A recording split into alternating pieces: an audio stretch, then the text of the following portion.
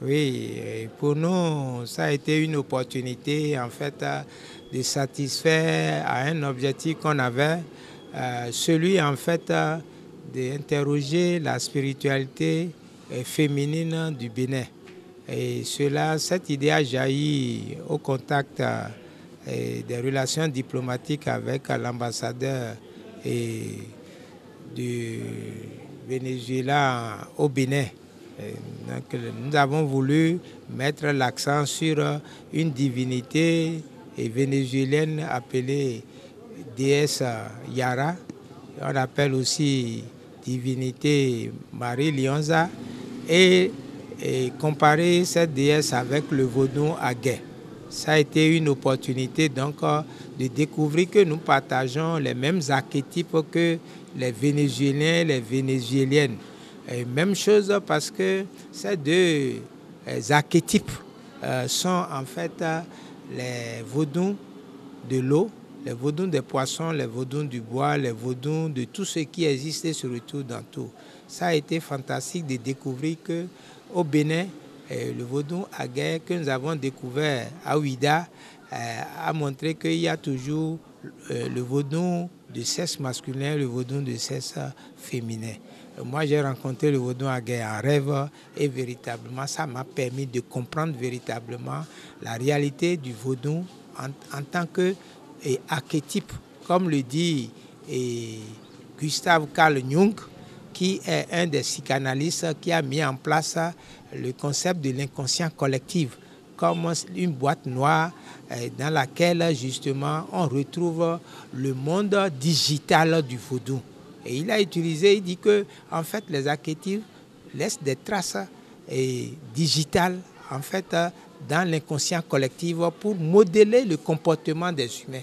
Donc ça veut dire que l'homme existe, mais il est sous l'emprise des archétypes. Et si aujourd'hui, donc, la Journée internationale de la femme 2023 met l'accent sur l'accès du monde digital aux femmes et aux jeunes filles, nous pensons que en fait, c'est intéressant justement de découvrir et de dire au monde entier que le vaudou est comme le monde digital. Le vaudou est comme l'ordinateur. Donc le monde du vaudou, c'est un monde digital parce que le monde digital veut dire simplement, c'est un anglicisme qui veut dire seulement ce qui se fait avec les doigts. Donc avec les doigts, on tape sur un clavier, on utilise les fonctions d'un ordinateur pour atteindre des objectifs. On peut donc communiquer avec d'autres par visioconférence. Le vaudou et tout, on peut faire la même chose. Donc aujourd'hui, il y a un élargissement donc, de la perspective du vaudou comme en fait un ordinateur. Il faut y aller et même les Occidentaux font la comparaison. C'est une révolution dans la vie de l'université au Bénin, donc dans la vie des universités africaines. Parce qu'aujourd'hui, parler quand même de la biologie et autres, là, je crois que ça, c'est un acquis.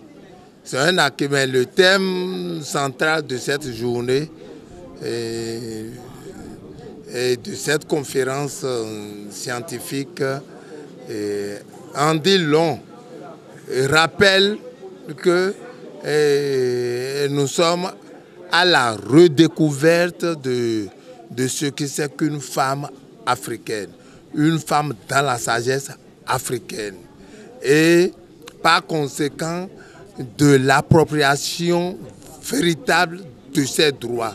Et je crois que c'est ça fondamentalement. Parce que on a loué le courage d'un certain nombre de femmes, dont Parfait de Guanamé, un courage par rapport à ce nom qu'elle a pris, un nom où ce n'est que le supérieur des supérieurs, le chef spirituel suprême du vaudou qui a ce nom d'Agbo.